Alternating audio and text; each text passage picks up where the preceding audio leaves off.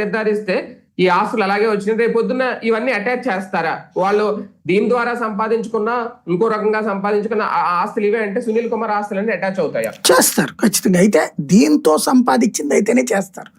ఈ ఎలా నిర్ధారిస్తారని అంటే ఈ ట్రాన్స్పోర్ట్ బిగిన్ చేశాక ఇతనేమైనా ఆస్తులు కొనుంటే దాన్ని సీజ్ చేస్తారు.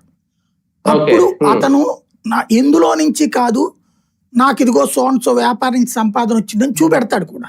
బేసిక్ గా చూపెట్టినప్పుడు దాన్ని యాక్సెప్ట్ చేయకుండా వీళ్ళు కేసు పెట్టేస్తారు. పెట్టాక మళ్ళీ ఎడ్యుకేటింగ్ అథారిటీకి వెళ్ళి దాన్ని విడిపించుకుంటారు. ఇది సహజంగా జరిగే పరిణామం. అంటే ఒకటిసారి ఈ కేసులో అంటే సునీల్ అరెస్ట్ అనేది చాలా సైలెంట్ గా జరిగిపోయింది. అది పెద్దగా ఓకే, మధ్యలో అదే టైంలో వేరే వేరే ఇష్యూస్ రావడం, పవన్ కళ్యాణ్ గారి ఇంకోటి రావడం వల్ల ఇది పెద్దగా ప్రజలు ఎవరు పట్టించుకోలేదు. ఈ కేసులో ఇలా సైలెంట్ అరెస్టులు జరగబోతున్నాయా? ఉండొచ్చు. అంటే మాక్సిమం ఈ సునీలు రేపు కార్మూన్ నాగేశ్వరరావుని కూడా అరెస్ట్ చేస్తారనుకుంటా. ఆయన కూడా విచారణకు పిలిచారు. అవును. అది అయ్యాక ఇంకెవరన్నా వీళ్ళకి కోపం ఉండుంటే వాళ్ళ పేర్లు వీళ్ళు చెప్పారా నేను, లేదా సిట్ తదుపరి దర్యాప్తు. ఇప్పుడు సిట్ కి సంబంధించిన అధికారి ప్రస్తుతం ఆ కేసు హడావిడిలో ఉన్నారు. ఆయన ఈ లాకప్ డెత్ కేసు హడావిడిలో. ఆ హడావిడి తగ్గితే ఇంకొకళ్ళకి సంబంధించి మళ్ళీ లాక్కు రావడానికి వీలవుతుంది.